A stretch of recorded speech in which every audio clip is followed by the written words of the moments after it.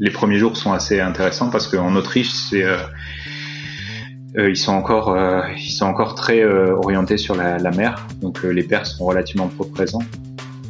Et moi, j'étais là le plus souvent possible dans la chambre avec l'enfant, et c'était une chambre partagée. Donc, je pense que les autres mères se posaient un peu la question, mais qu'est-ce qu'il fait là, lui?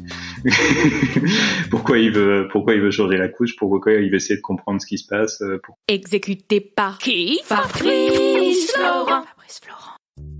Bonjour, bonsoir, bon après-midi à toi et bienvenue dans ce nouvel épisode d'Histoire de Daron, le podcast où chaque lundi, à partir de 6h du matin, je donne la parole à un père pour lui faire causer de son expérience de la paternité.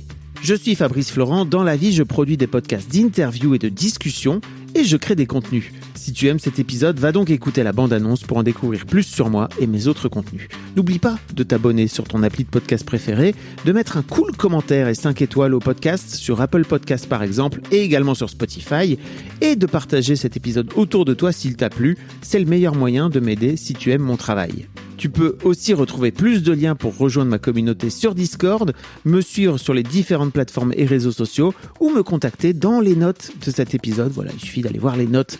Un grand merci d'avance et bonne écoute. On est donc avec Sylvain. Salut Sylvain. Salut Fabrice. Alors comme vous l'entendez, on est à distance avec Sylvain parce que Sylvain, t'habites en Autriche, c'est ça ? Oui, c'est ça. J'habite pas à Vienne, à Graz, la deuxième ville du pays. Et ça fait quelques années que j'habite en Autriche, mais ça fait plus de 10 ans que je suis parti de France en fait. Donc je suis un expatrié. Tu m'as envoyé un message sur mon WhatsApp Pro, et d'ailleurs j'invite tous les gens à venir m'envoyer des messages sur WhatsApp Pro. N'attendez pas forcément que je vous réponde tout de suite parce que après j'ai trop de messages. Et tu m'as un peu raconté ton histoire.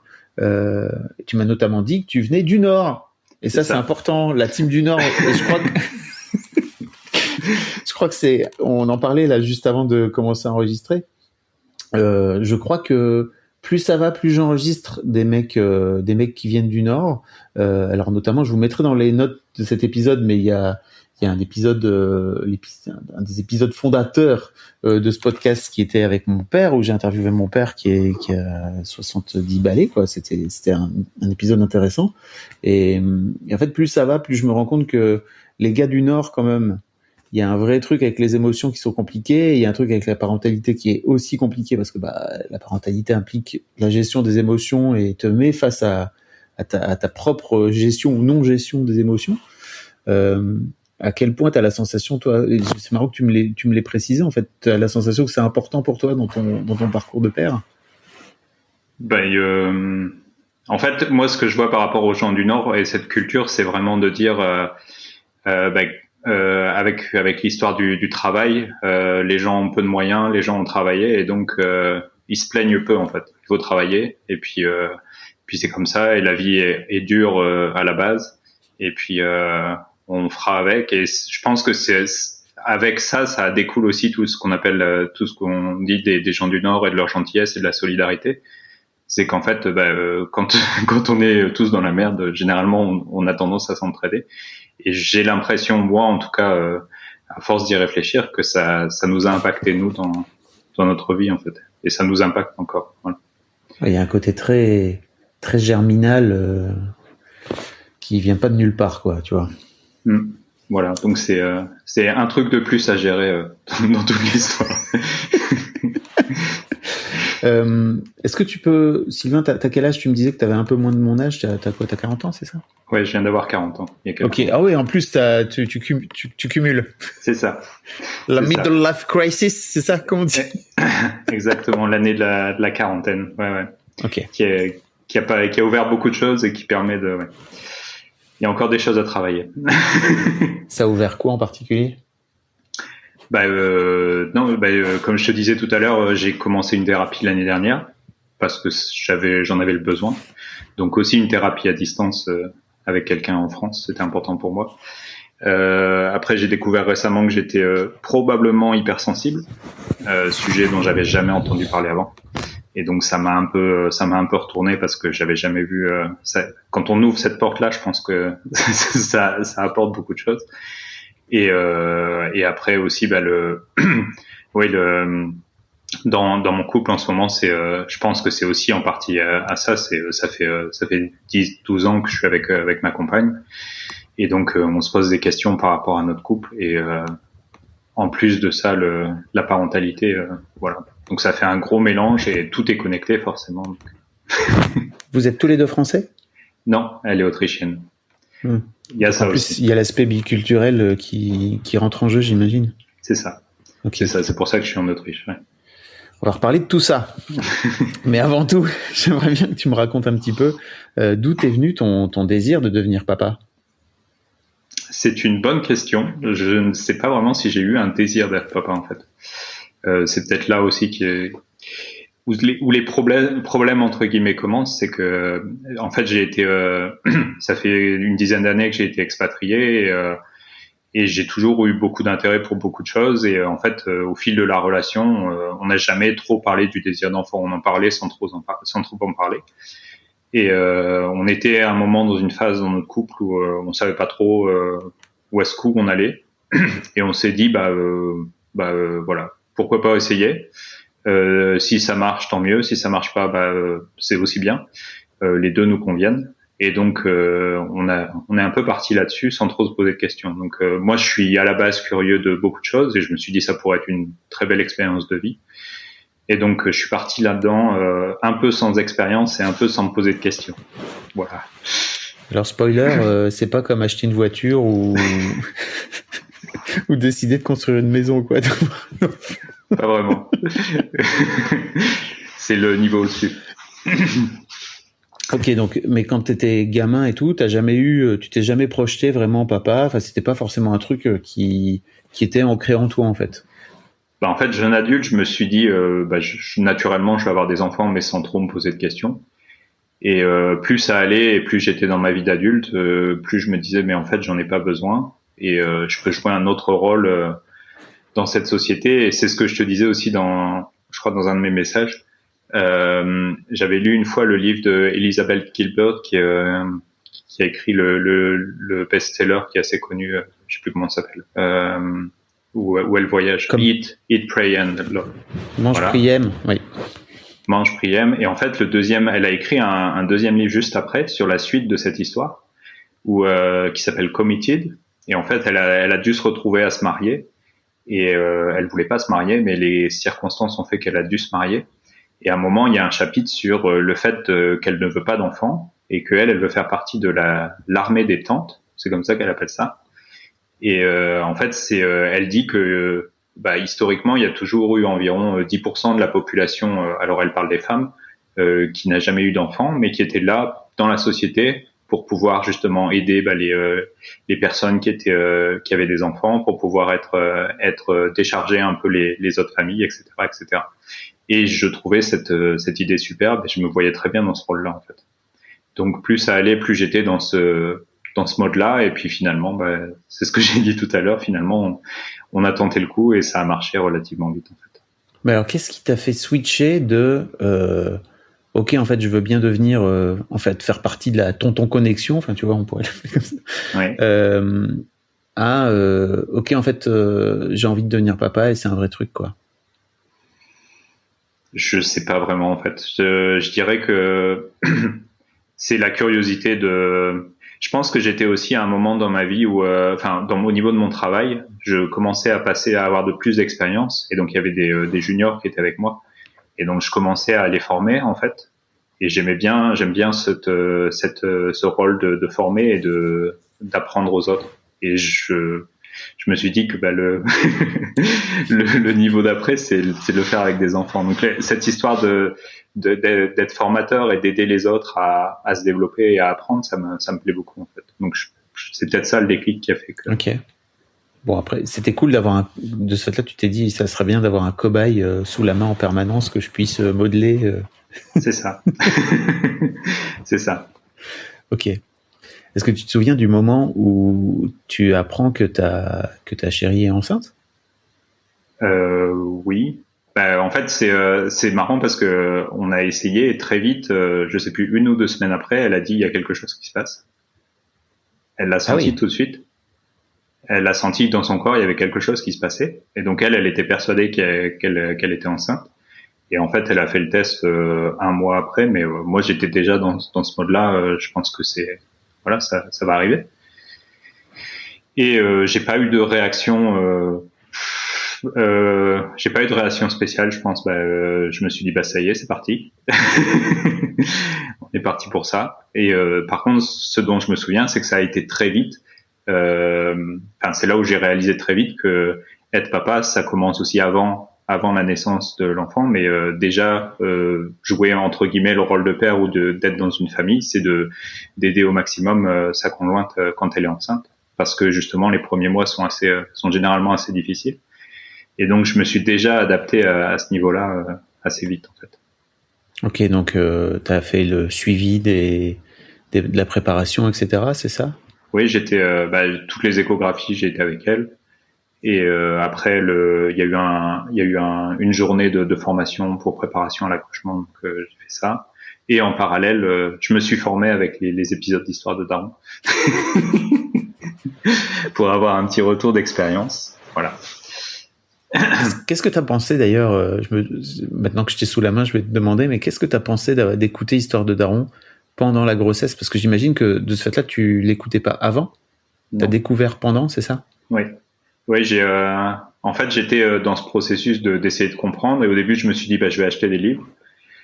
Et puis finalement, j'ai pas acheté de livres.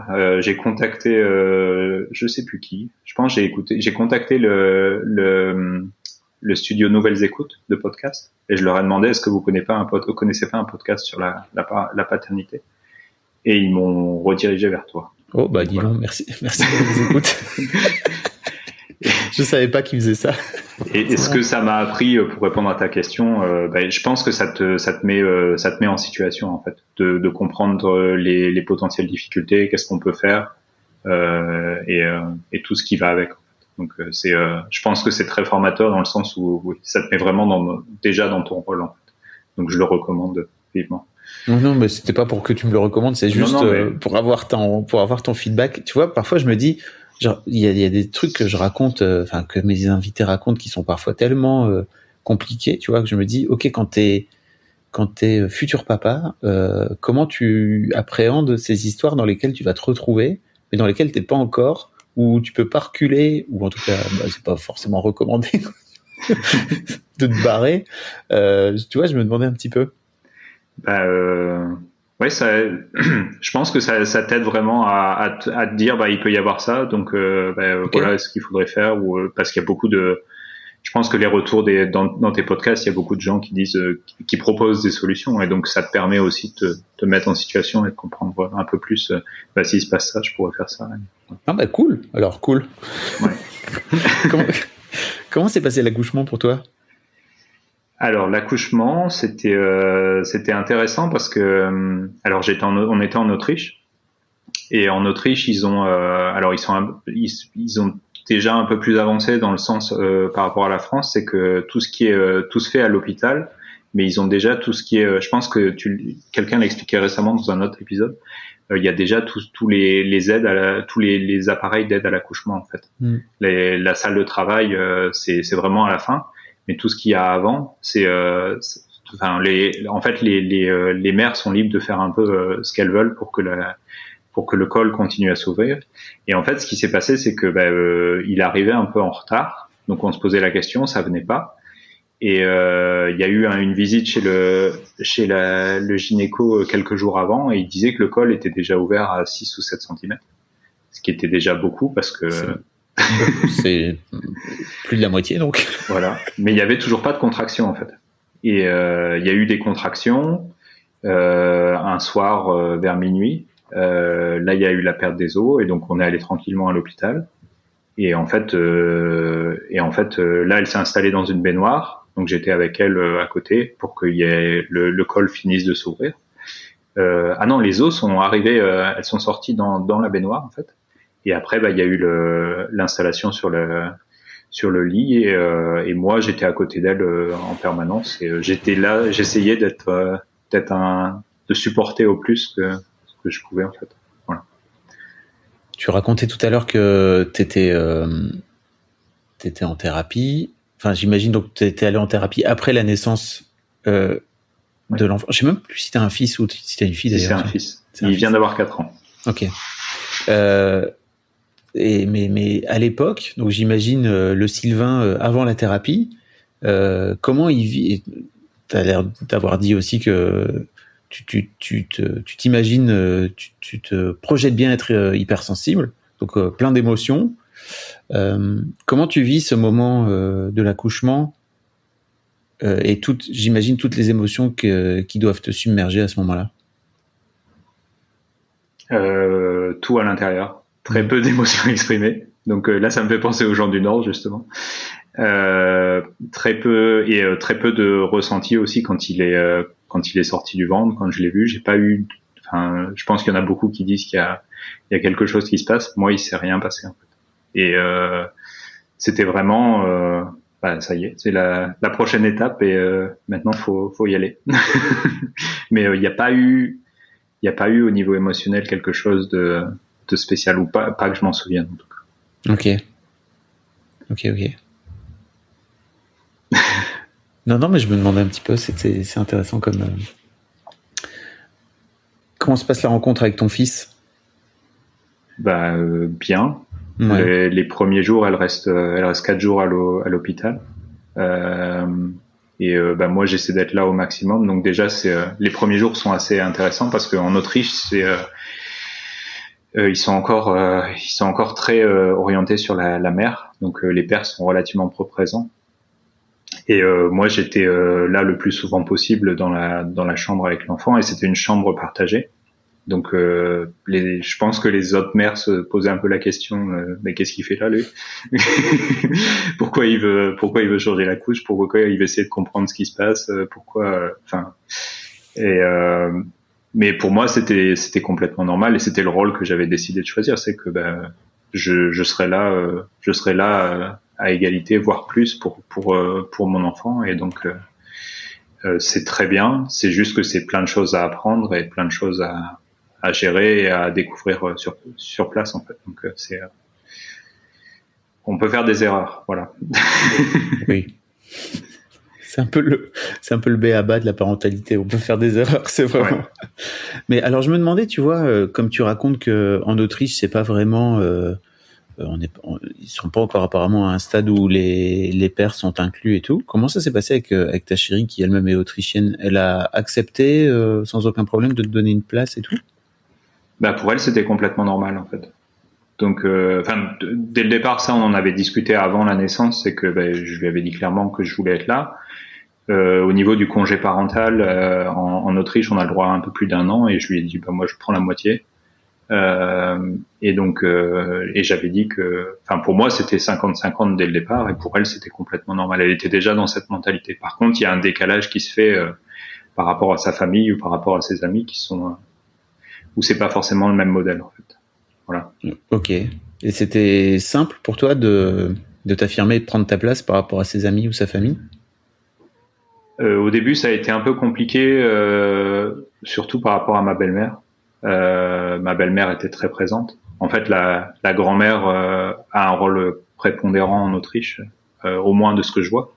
Donc, elle est là pour aider sa fille, et elle est là pour aussi s'occuper de l'enfant. Et c'est complètement normal que les premières années, quand que la grand-mère s'occupe pas à plein temps, mais très souvent de l'enfant. Donc, elle était très souvent là. Et c'est vrai que j'ai eu un petit peu pression à ce niveau-là, mais je pense que à force d'être là et de prendre ma place, je pense que elle l'a compris et elle trouvait ça bien aussi. C'était bénéfique pour tout le monde. Ok. J'imagine la pression de la belle-mère. Ouais, j'imagine bien. Puis en plus, tu lui piques son rôle quelque part, tu vois. Donc tu lui enlèves un rôle que j'imagine qui est important pour elle, quoi. Oui, c'était pas son premier petit enfant, mais elle en avait eu un il y a très longtemps, donc il y a plus de 10 ans, donc forcément elle l'attendait. Voilà. Bon, tu m'as expliqué un petit peu dans ton message vocal que donc ces 4 années avec ton fiston ont pas forcément été très très simples pour toi. Je me demandais un petit peu à quel moment tu te rends compte que tu es en difficulté, ou tu commences à être en difficulté par rapport à ton rôle de père que j'imagine t'imaginais, quoi? En fait, assez vite. Enfin non, les premiers 6 mois, en fait, ce qui s'est passé, c'est que le premier mois et demi, je suis resté à la maison. Donc on était à deux. Après, j'ai repris le travail pour 6 mois. Donc là, j'étais à la maison, mais je travaillais, donc j'étais pas forcé, j'étais beaucoup moins impliqué, on va dire. Et après, c'est moi qui ai pris le relais pendant 6 mois. Et donc là, j'ai commencé à découvrir à plein temps ce que c'était. Et la première chose, c'est le manque de sommeil ou le fait de mal dormir. Ça, c'est quelque chose que j'avais jamais vécu, donc ça a beaucoup d'impact sur l'humeur et sur le comportement. Et après, les difficultés, c'est quand ça va pas comme je veux, j'essaie d'être patient, et au bout d'un moment, j'y arrive plus et je me mets en colère et je m'énerve et voilà. Je suis assez perfectionniste et donc s'il y a quelque chose qui va pas comme je veux, malgré les efforts, ça me frustre assez vite. Ça veut dire quoi en fait en termes de... Qu'est-ce que tu entends par là, perfectionniste? C'est-à-dire qu'il y a derrière une idée de faut que ça marche comme tu veux, ou alors si ça marche pas comme ça veut dire que t'es pas un bon papa? C'est plus le deuxième, c'est que s'il y a un problème, j'essaie de trouver une solution, j'essaie de tout faire pour que ça marche. Et si ça marche pas, par exemple les pleurs oui, dans la communication ou quelque chose que l'enfant veut et que toi tu t'es pas capable de comprendre, tout de suite je fais les efforts et au début tu sais pas forcément, donc t'apprends mais ça marche pas toujours, et c'est gérer ces moments de cri. Je pense que là aussi, par rapport à l'hypersensibilité, j'ai beaucoup de mal à gérer les cris des enfants. Je peux pas laisser un enfant crier, même si je sais que c'est que de la frustration. Là, ça s'applique plus à maintenant. Je suis obligé de faire quelque chose. En fait. Donc c'est ça qui est difficile à vivre, et au bout d'un moment, malheureusement, à force de garder tout à l'intérieur, ça pète. Et c'est pas comme ça que ça devrait être, je pense, mais c'est comme ça que je fonctionne pour le moment. Ça pète comment? C'est-à-dire que tu te mets en colère, c'est ça, à ce moment-là? Ouais. Okay. Je me mets en colère ou ouais. J'élève la voix, ou j'essaie d'être ou j'ai envie de frapper dans quelque chose. Généralement, quand je suis en colère, mais je me frappe moi. Je me fais mal moi.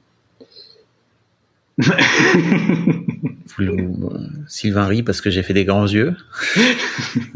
Je n'ai pas l'image. Comment ça, tu te frappes toi? Je frappe dans un mur. Ah oui, donc tu te fais mal à la main. Ouais.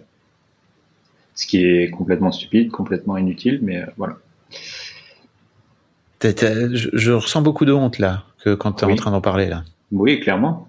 J'aimerais. Enfin, en fait, ce qui se passe aussi, et là tu disais, pour revenir sur ta question sur quand est-ce que je me suis senti en difficulté, c'est que avant, je me mettais très très rarement en colère ou dans ces états d'énervement assez importants, et depuis que j'ai mon fils, ça arrive plus que régulièrement en fait. Et ça me convient pas en fait. Est-ce que c'est parce que ton fils te renvoie quand il pleure que t'es pas à la hauteur, et que peut-être avant dans ta vie t'avais tendance à ne pas ressentir ce truc de ah putain je suis pas à la hauteur? Est-ce que c'est particulièrement l'aspect d'être papa qui joue là à ce moment-là? Je pense que oui, je pense que c'est ma relation par rapport à lui, et le fait aussi de ça je l'ai vu dans ma thérapie, c'est que j'ai tendance à essayer d'être irréprochable, et donc et ce que je disais, perfectionniste, et donc à partir du moment où je considère que j'ai fait tout ce que je pouvais pour et généralement ça va assez loin pour que ça fonctionne. Si ça fonctionne pas, là je peux plus quoi. Et c'est typiquement ce qui arrive avec un enfant, donc forcément ça arrive régulièrement. Mais alors tu vois, t'es pas le premier mec qui me dit qu'il tape dans des murs et tout, tu vois, je comprends. Le truc c'est que effectivement, donc tu finis par te blesser, j'imagine, à taper dans des murs, parce que a priori le mur est plus fort que ton poing. Ouais. Qu'est-ce qui fait que je sais pas, tu vois, tu vas pas t'acheter un sac de boxe, tu vois, un sac de sable dans lequel tu pourrais taper et venir décharger à ce moment-là ta colère, quoi? Ça, taper, ça arrive pas si souvent, mais ça arrive vraiment pas souvent, c'est juste ce stade d'énervement de devoir crier, de devoir sortir en fait, devoir sortir ça. Et qu'est-ce qui fait que je le fais pas? C'est que je sais pas. Parfois, j'ai pas la possibilité ou je ne m'offre pas la possibilité de de décharger ça en fait, décharger cette colère.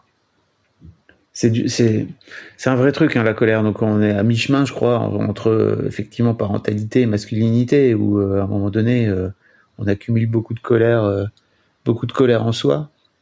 Je sais pas à quel point, je sais pas où t'en es, tu vois, dans ta thérapie, à quel point t'as envie de partager aussi ce que t'as traversé.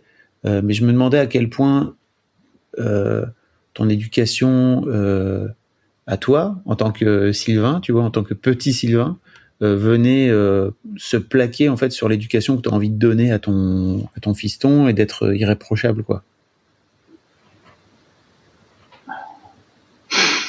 C'est une bonne question. Je sais pas si tu as envie de parler de tes parents non plus, on n'est pas obligé, hein, tu vois. Ben, en fait, mon histoire personnelle, ça je l'ai découvert avec ma thérapie, c'est j'ai eu pas des j'ai vécu dans l'ombre de mon frère qui avait des problèmes. Il était un peu différent. Et donc, ça, je pense l'avoir mal vécu, mais ça, je le réalisais pas. Et aujourd'hui, ça semble ressortir assez fortement vis-à-vis de mon fils, en fait.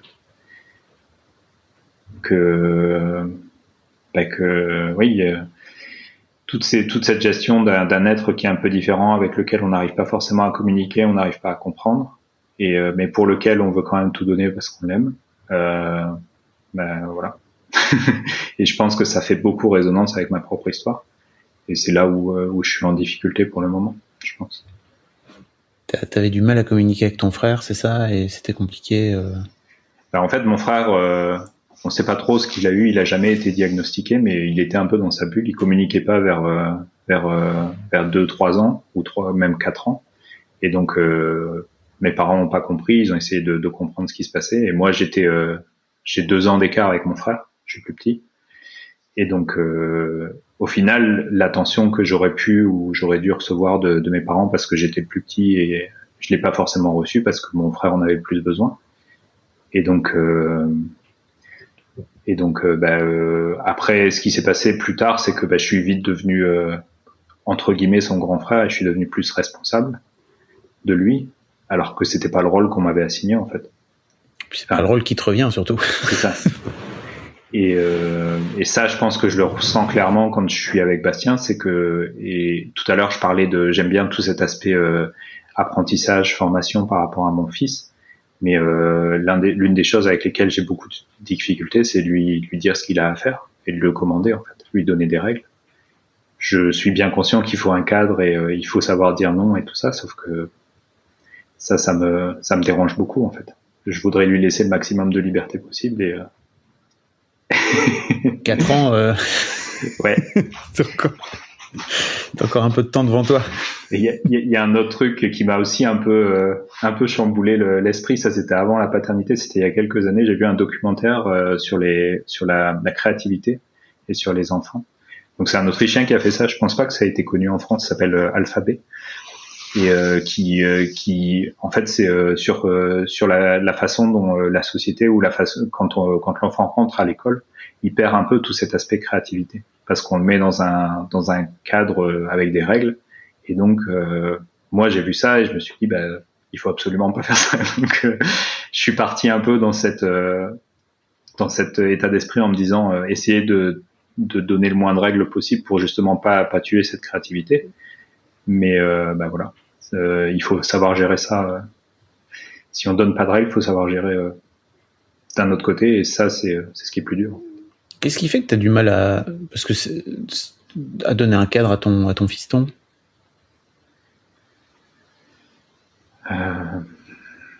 J'ai du mal à dire non. Ouais. De manière générale, j'ai du mal à dire non, même dans ma vie d'adulte. T'as peur du conflit, c'est ça? J'ai peur du conflit, je sais pas négocier. Et pour moi, c'est énormément de négociations quand c'est avec mon fils. J'ai toujours l'impression de perdre les négociations. Et donc, alors ma psychothérapeute m'a aussi dit que peut-être que quand j'entends un non, j'associe ça à du rejet. Et donc, je veux pas dire non.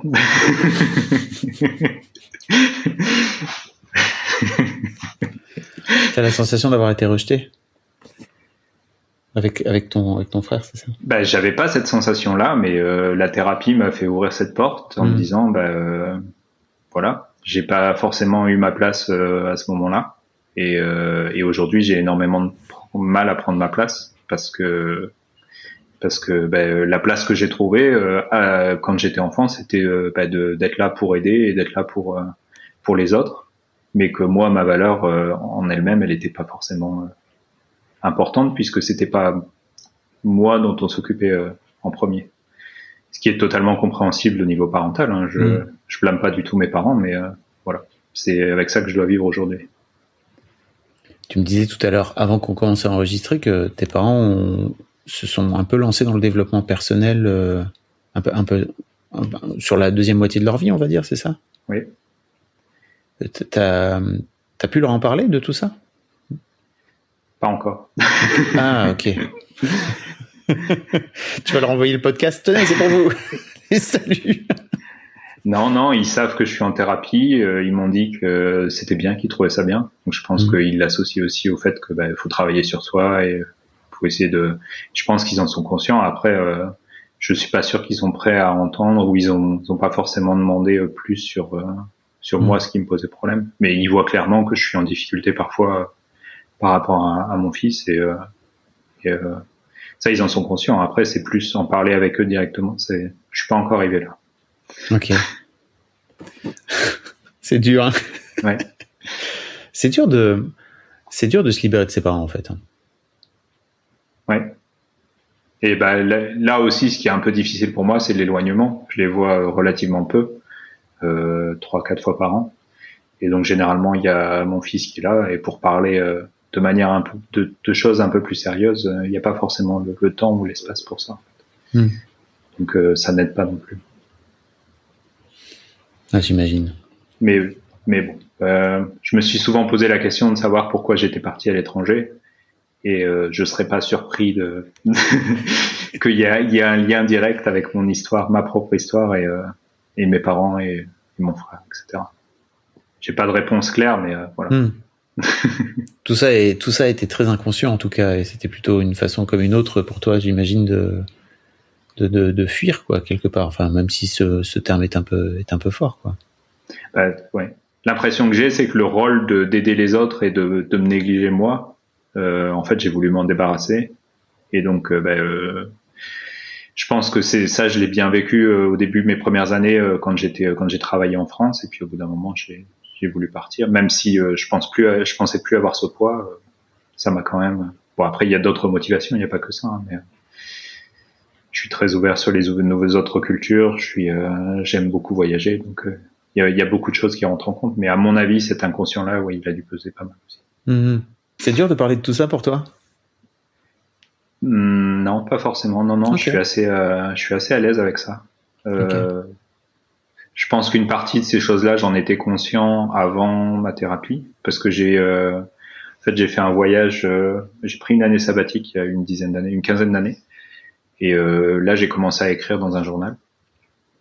Et écrire dans un journal, après j'ai continué à le faire. J'ai essayé de continuer à le faire régulièrement après, et ça m'aide beaucoup. C'est un bon moyen d'introspection.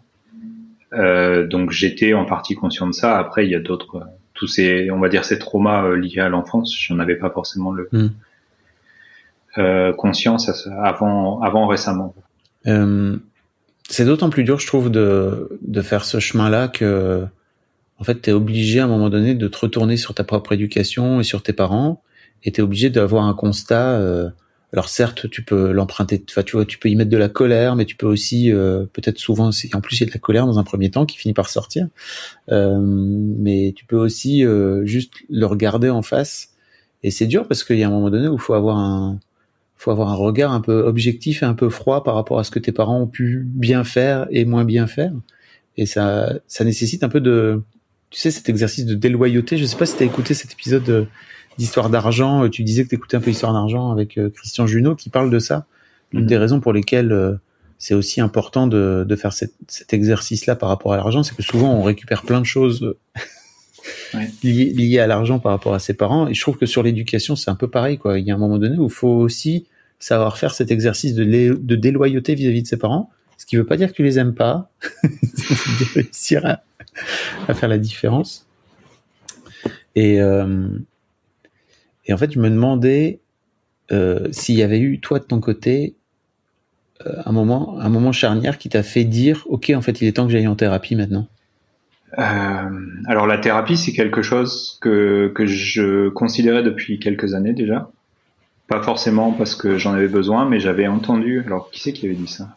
Il y avait une personne connue qui avait dit une fois, j'avais entendu ça, qu'en fait, on va voir le médecin pour vérifier que le corps fonctionne bien, et il faudrait en faire de même avec la tête, juste faire des contrôles réguliers pour savoir si tout va bien. Et donc j'avais considéré ça, et puis je m'étais renseigné, et puis au final j'avais pas trop creusé parce que je me retrouvais souvent bloqué avec le problème de dire à l'étranger je vais pas forcément trouver quelqu'un qui parle ma langue, ou qui va, même s'il parle le français, est-ce qu'il va comprendre ma culture, parce que je pense que la culture c'est assez important dans une thérapie pour comprendre plus en détail certaines choses. Tu parles pas allemand, toi? Si, je parle allemand et anglais, mais je pense que je serais pas capable de suivre une thérapie peut-être en anglais, mais pas en allemand. Qu'est-ce qui m'a poussé plus récemment? C'est mes difficultés vis-à-vis de mon fils, les difficultés par rapport à mon couple aussi, parce que mon comportement et mes difficultés, en fait, elles rejaillissent dans le couple, en fait, et ma compagne a beaucoup de mal à accepter mes colères et le fait que je sois pas capable de gérer tout ça, en fait. Donc elle m'a dit que ce serait bien de le faire, et ce qui s'est passé, il y a eu un déclic, c'est que là j'en parlais à mon père justement, et il me disait mais tu sais, tu peux faire ça à distance, Sophie. Et pour quelqu'un comme moi qui travaille dans les télécoms depuis des années et qui travaille à distance depuis je sais pas combien d'années, ça ne m'était jamais venu à l'esprit, en fait. Voilà. Mais à partir du moment où c'est arrivé, j'ai contacté quelqu'un et j'ai commencé ma thérapie. Je crois que ça s'est démocratisé aussi avec le Covid. C'était pas forcément un truc. Même, je crois que les psys faisaient de base. Ils ont plutôt intégré cet exercice qui est pas en plus le même exercice. Mais de venir mettre des trucs à distance grâce quelque part au Covid, parce que je trouve ça cool aussi de pouvoir ouvrir l'accès à des thérapeutes auxquels tu n'aurais pas forcément accès si tu vis pas dans telle ou telle ville, quoi. Ouais. Ok. Tu me disais tout à l'heure tu me disais dans ton message que tu avais écouté, je crois, le podcast de la matrescence, c'est ça, sur le burn-out parental, et tu te disais, peut-être ça va finir par y ressembler bientôt. Ouais. Qu'est-ce qui te fait dire ça? Dans les symptômes qui sont décrits, quand elle décrit les symptômes, les difficultés, je me suis complètement retrouvé dedans. Donc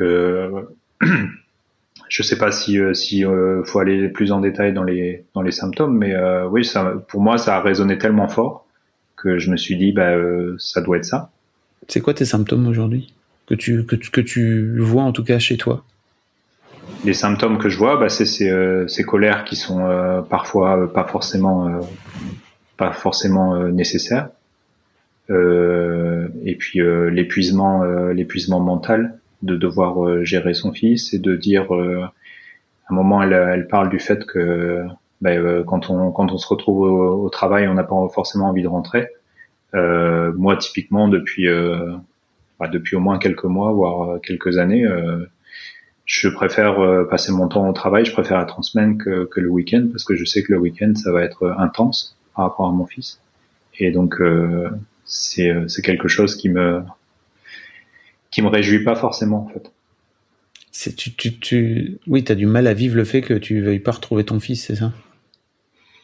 Oui, ou que je vais pas forcément y avoir du plaisir, ou je sais que je vais avoir ces moments de colère, je sais que je vais pas être capable de gérer complètement, et que ça va être difficile parfois, pas tout le temps, mais typiquement avec mon fils, j'arrive à bien jouer avec lui pendant 2-3 heures, à m'en occuper, et puis au bout d'un moment j'ai besoin d'une pause, Et si j'ai pas ce temps de pause,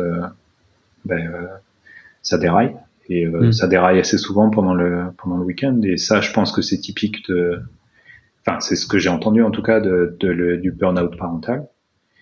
Et après, l'autre symptôme, là, c'était plus ponctuel cet été. On était en vacances en France et je me suis retrouvé une semaine à gérer tout seul mon fils. Et à la fin, j'en pouvais plus et je savais pas quoi faire. Je savais pas s'il fallait. L'une des conséquences les plus graves qu'il peut y avoir sur le burn-out parental, c'est le mauvais traitement de l'enfant, que ce soit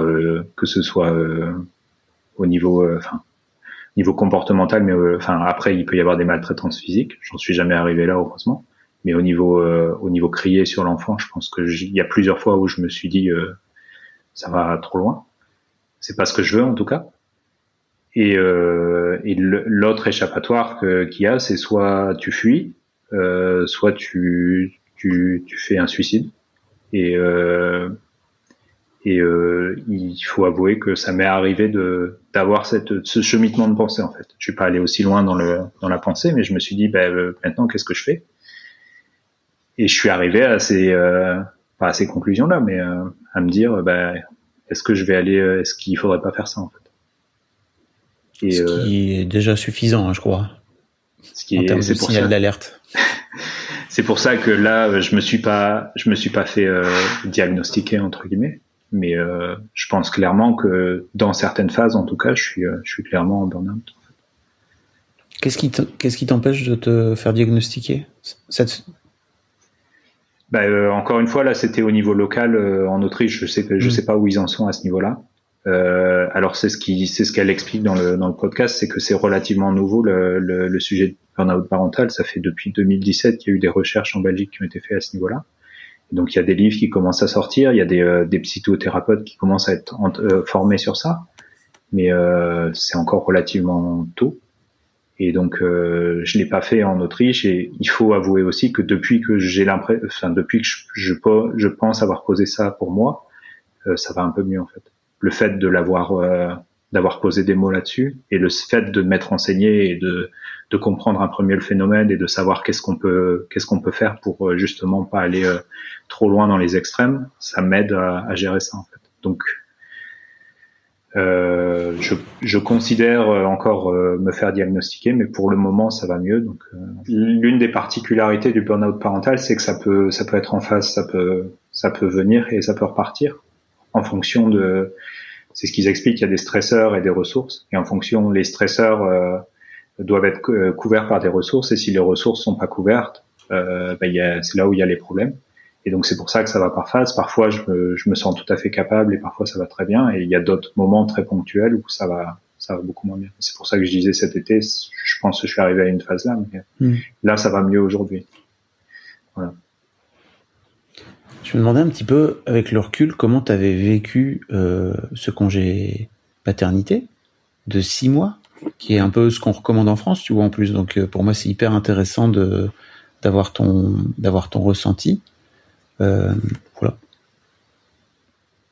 J'ai beaucoup aimé. Je pense que c'était très important pour moi, pour apprendre à côté de mon enfant, pour aussi apprendre mon rôle de père. Donc ça, j'ai beaucoup aimé cette partie-là. Par contre, ça a été beaucoup de difficultés parce que gérer la nuit et le jour tout seul un enfant, enfin tout seul à 80%, 90% de son enfant, ça demande beaucoup d'énergie et ça, j'en ai pas encore parlé, mais tu demandais par rapport au désir d'enfant. J'ai pas l'impression, on parle souvent d'avoir la fibre maternelle ou être à l'aise avec les enfants, et j'ai pas l'impression d'être particulièrement à l'aise avec les enfants. En fait. Dans mon histoire, j'ai relativement peu été en contact avec des enfants en bas âge, et donc je manque clairement d'expérience à ce niveau-là. Donc c'est pour ça que ça a été difficile en fait, je pense. Mais si c'était à refaire, je pense que le congé parental pour moi devrait être partagé. Et, il devrait, oui, à mon avis, c'est indispensable que le père ait au moins la possibilité d'avoir autant de temps avec son enfant. Et tu disais qu'en Autriche, il n'y a pas forcément un truc très clair au niveau sociétal par rapport à la place des pères et tout. En gros, c'est pas, si je comprends bien, c'est pas, t'as droit à 1 an que tu peux répartir, mais globalement, les pères le prennent pas trop, c'est ça? C'est ça. Ok. En fait, l'Autriche a repris le modèle allemand plus ou moins. Donc normalement, on peut bénéficier de 2/3 de son salaire, 2/3 de son salaire quand on est en congé. Et donc après, on a une période de 14 mois à répartir entre les 2 parents. Donc ça peut être pris en même temps, ça peut être pris à mi-temps, chacun prend un petit peu, ou ça peut être pris complètement. Donc là, on a fait 6 mois à plein temps. Donc en Allemagne, ça se fait plus. En Autriche, ils ont repris le principe, mais dans les faits, je connais personne qui a fait encore un congé parental en Autriche. Et je sais même que parfois ça peut être très mal accepté au niveau du travail. J'ai un ami français qui avait demandé pour prendre 2 ou 3 mois, je crois, alors que c'est son droit. On l'a mis au placard parce que ça se faisait pas. Waouh. Wow. Parce que je me disais, tu vois, l'un des trucs dans lequel j'entendais aussi, il y avait pas mal de solitude aussi, tu vois. Et je sais pas si t'as écouté cet épisode avec Tristan Champion qui raconte que lui, il avait fait son congé paternité en Norvège. Où là, c'est institutionnalisé, si tu veux. Donc en fait, les darons se retrouvent entre eux, ils vont se balader avec les poussettes, ils vont à la crèche tous ensemble entre mecs. Enfin, tu vois, il y a tout un truc qui est très réglé, voire même les sages-femmes te mettent en contact avec d'autres familles. Donc en fait, tu te retrouves avec d'autres darons dans un groupe WhatsApp, si tu veux. Mais c'est sûr que là, j'ai un peu l'impression que toi, t'étais parti genre tout seul dans la tempête, quoi. C'est ça. Okay. Je pense que je pense que c'était possible de sociabiliser un petit peu plus, mais c'est quelque chose que j'ai pas fait. C'est quelque chose avec lequel j'ai beaucoup de mal. Je suis assez introverti. Et le fait d'être à l'étranger, ça rajoute une couche, on va dire, une difficulté supplémentaire. Et donc, je l'ai pas fait. Et je pense que c'est aussi ce qui explique en partie mes difficultés ces dernières années, c'est que au niveau social, j'ai relativement peu de contacts en dehors de la famille. Et donc, ça aide pas forcément à décompresser ou avoir plus de ressources, comme je disais, par rapport au burn-out parental. T'as des potes avec qui tu en parles, avec qui tu parles de tout ça? Non, pas trop. T'as des collègues, j'imagine, des collègues de travail, c'est ça? Mes collègues de travail sont en Allemagne, donc je fais tout à distance. Ah oui, ok. Et donc j'ai pas de collègues de travail et j'ai pas d'amis proches à proximité, on va dire, que je pourrais aller voir. Ils sont tous le plus près à Vienne et sinon les autres sont en France. Donc voilà, je me suis un peu isolé socialement et en fait, à la base, on est venu à Graz parce qu'il y avait il y avait ma belle famille qui était pas loin. Et donc, c'était aussi un moyen d'avoir un support de la part de ma belle famille, en fait. Okay. Et malheureusement, et ça contribue aussi au problème, c'est que ma belle-mère est décédée l'année dernière. Elle a eu un cancer. Et donc, la personne qui, entre guillemets, était là pour s'occuper de mon fils après moi et ma compagne, elle est plus là. Donc c'est un peu difficile à les plans ont été un peu changés en fait à ce niveau-là. Beaucoup de remous. Oui. Mais c'est une période difficile en plus, hein, globalement dans la vie, dans le monde, le Covid, la guerre.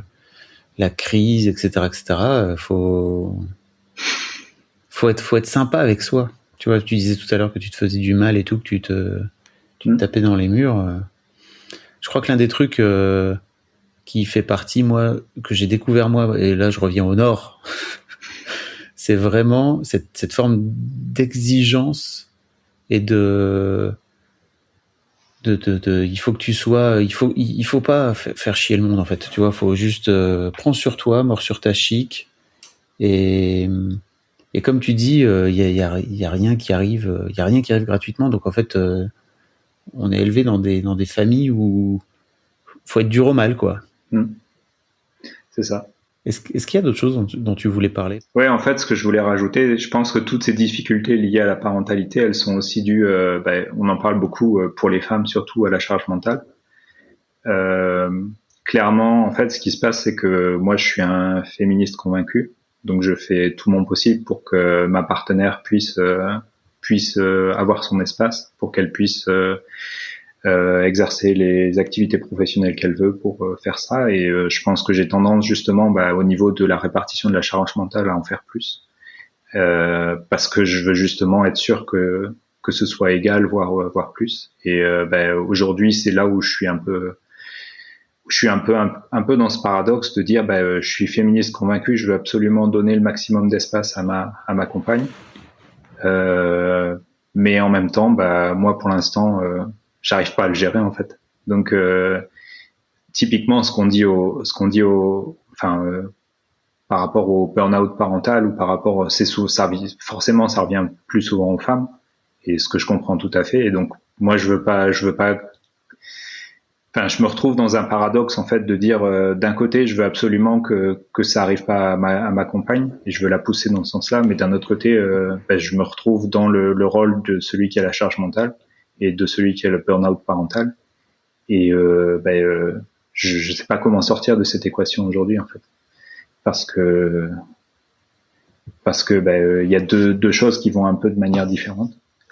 Et alors je sais bien que je suis probablement un cas très particulier dans la majorité des couples, mais il y a beaucoup d'injonctions aujourd'hui, et pour revenir à ce que tu disais, en fait le monde est assez dur aujourd'hui, les injonctions il y en a beaucoup.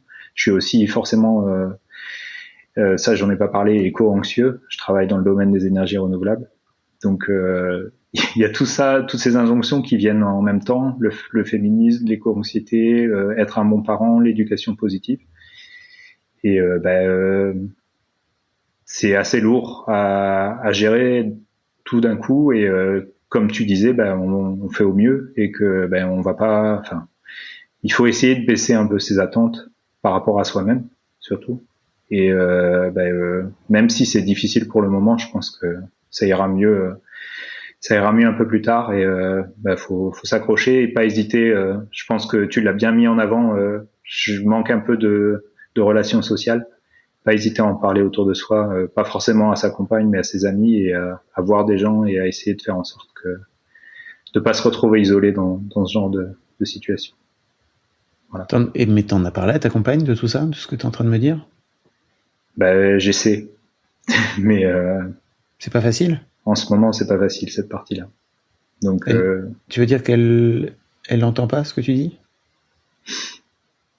En fait, elle voit que je suis clairement en difficulté, elle voit que je suis en burn-out parental, mais elle me dit prends soin de toi, fais en sorte que ça aille mieux. Mais elle comprend pas, elle a pas encore intégré le fait que je fais ça en partie pour qu'elle ait plus d'espace. En fait. Tu lui as dit? Ça veut dire ouvrir ses émotions, ça, hein, j'entends bien, hein, mais est-ce que tu lui as dit? Non, tu lui as pas dit. Pas de manière directe, et on va probablement commencer une thérapie de couple bientôt, et donc je pense que ça passera par là, parce que je sais pas, j'arrive pas à lui dire directement. Oh là là, c'est vrai, t'arrives pas à dire à ta femme, ta chérie, ta compagne, je ne sais pas, que tu es en train de te sacrifier pour elle là? Je pense qu'elle en est consciente, mais quand je lui dis, j'ai pas l'impression qu'elle l'entend, mais dans les actes pour l'instant, ça vient pas. Ou ça, il y a pas. De mon côté, j'ai pas l'impression qu'il y a assez de support en fait. Tu as demandé de l'aide? Tu sais ce truc là que les hommes demandent, que les hommes du 21e siècle sont capables de demander aux femmes.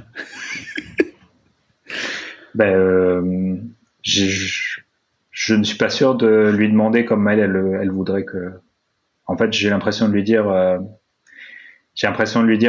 ça va pas, j'ai besoin de ça. Sauf que elle me dit, dis-moi clairement ce que tu veux, et je te le donnerai. Sauf que j'arrive pas à dire clairement, je veux ça. On revient au fait de s'affirmer. Ouais. C'est ça. Et j'ai une super vidéo pour toi.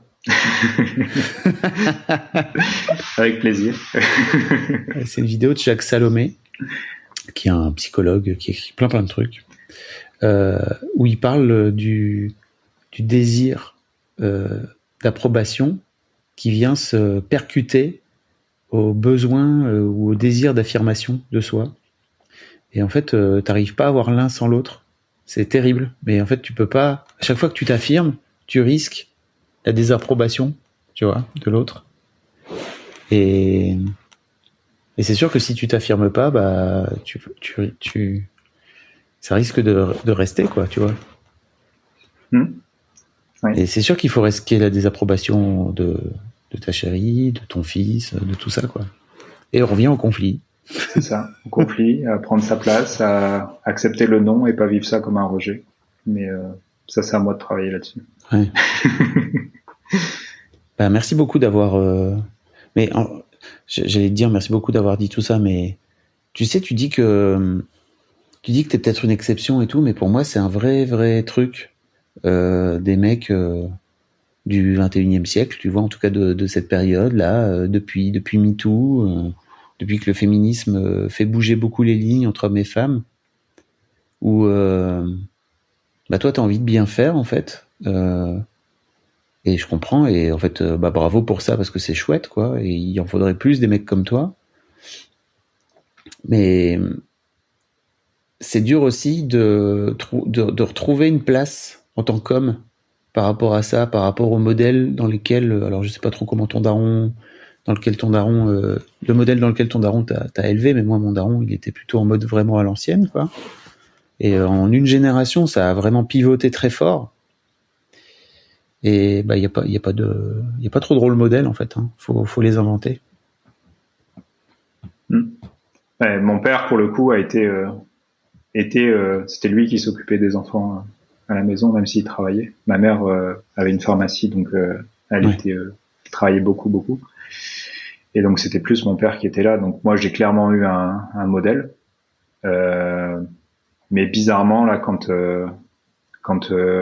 mes parents, ma sœur a des enfants aussi, et bizarrement quand nous, moi ou ma sœur, on applique des modèles de parentalité plus comme eux ils l'ont fait, et plus modernes entre guillemets, où il y a une meilleure répartition des rôles et où on met plus au milieu l'enfant et on essaie d'écouter l'enfant. Ils ont beaucoup de mal à intégrer ça en fait. C'est une des dernières discussions que j'ai eues par rapport au féminisme, et comprenais pas pourquoi ma sœur était ou moi j'étais autant axé sur le féminisme, et je leur ai dit mais vous regardez-vous, enfin c'est vous qui nous avez donné tout ça, et ils semblaient pas comprendre ça en fait. Génial. Voilà. Comment t'entrevois toi tes années de papa à venir? Alors, ce que je me dis beaucoup, j'ai écouté un autre podcast récemment sur le regret parental. Tu cherchais des gens pour savoir des papas qui avaient pas forcément le désir d'avoir d'enfants. Je pense que j'en faisais en partie, mais là, le regret parental, c'est-à-dire de regret d'avoir fait le choix de la parentalité. Pas forcément par rapport à son enfant. C'était encore un autre épisode du podcast de la matrescence d'ailleurs.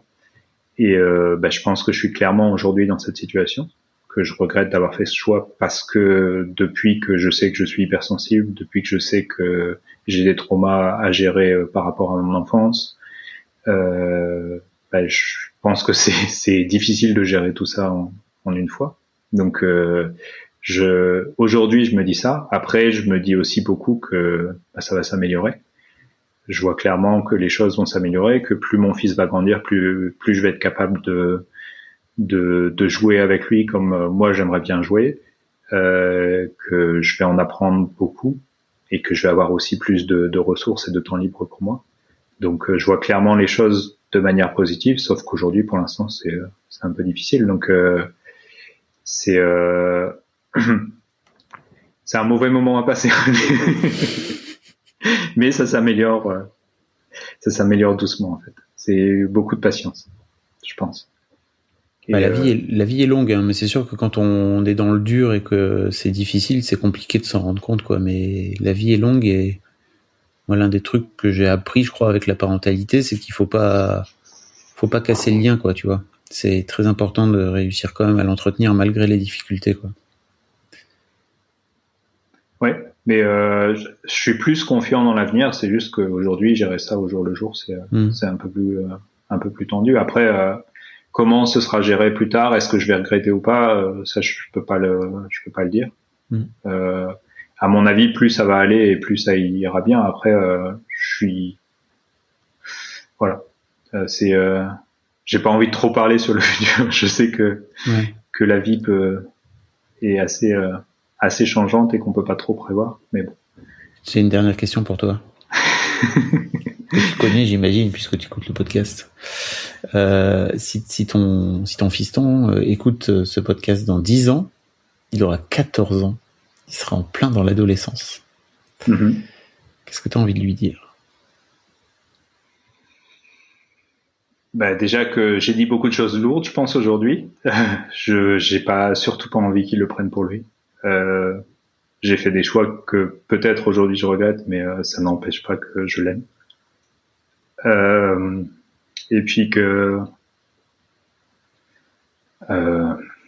qu'il profite de la vie.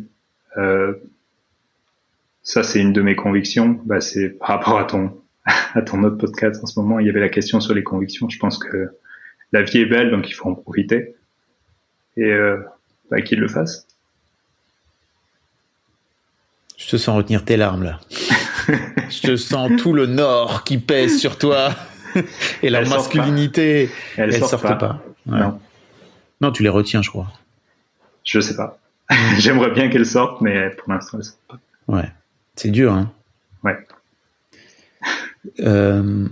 Si ça t'intéresse, et j'en profite pour le dire à peut-être tous les darons qui écoutent, j'ai fait un épisode avec Angelo Follet dans Histoire de mec, où il parle d'un truc très intéressant, où il dit qu'en fait, pour les mecs, c'est très compliqué de se laisser transpercer, de se laisser pénétrer, même, il dit.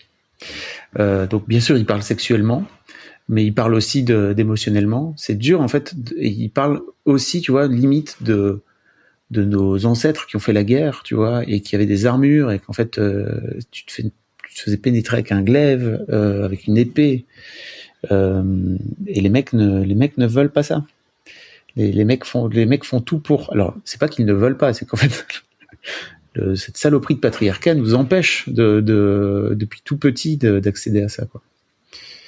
Et je sais pas trop comment, on a à peu près le même âge, mais moi, quand j'étais petit, mes parents, ils me disaient, bah, faut pas pleurer, quoi, tu vois. Tu pleures pas. Et, en fait, si t'es un garçon, bah, tu te défends si jamais on vient t'agresser, quoi. Et ça, c'est dur, hein. C'est dur au bout de 40 balais de se dire, ah ouais, faut enlever tout ça, là, sur lequel je me suis construit depuis des années. Merde. On l'avait pas dit. Ouais. Non, les émotions, elles sortent. Ça m'arrive assez souvent de pas être capable d'identifier mes émotions, donc ça, c'est typiquement masculin, je pense. Enfin, on n'apprend pas aux petits garçons à identifier ses émotions. Je pleure généralement assez facilement, mais voilà, ça dépend. En tout cas, merci beaucoup pour merci à toi. Pour tout ce que tu as partagé aujourd'hui. C'est, je crois, très utile et très précieux. Merci. J'espère que ça peut aider. C'est pour ça que je voulais en parler. Je pense que il faut, c'est ce que je disais, à partir du moment où moi j'ai entendu parler d'hypersensibilité, de burn-out parental, ça m'a aidé. Bon, là aujourd'hui, je suis pas encore sorti de tout ça, mais ça avance petit à petit. Et je suis relativement positif par rapport à ça, et je pense que c'est bien d'entendre ça, savoir que ça existe et qu'il y a des choses qu'on peut faire. On se donne rendez-vous dans quelques années? Ouais, avec plaisir. Avec plaisir. Pour faire la suite. La prochaine fois que je passe à Paris, avec plaisir aussi. Avec grand plaisir. Un grand merci à toi d'avoir écouté jusqu'au bout. N'hésite pas à t'abonner au podcast dès maintenant pour ne manquer aucun épisode. Tu trouveras tous les liens dans les notes de cet épisode, justement. Tu pourras également retrouver chaque veille d'épisode un extrait qui, je l'espère, te donnera envie d'écouter l'épisode complet le lendemain. Si tu découvres et que tu aimes ce podcast, tu devrais aussi aimer mes autres podcasts. Je t'invite donc à aller voir dans les notes de cet épisode ou sur fabflorent.com, fabflorent.com. Tu verras, il y a tout un choix. Je te mets aussi dans les liens comment t'abonner à ma newsletter où je t'envoie régulièrement des nouvelles, comment te connecter à mon Discord, comment me contacter ou encore mes différents réseaux sociaux, etc. etc. Enfin, tu l'as quoi. Merci encore pour ta précieuse écoute et d'ici au prochain épisode, je te souhaite une très belle vie.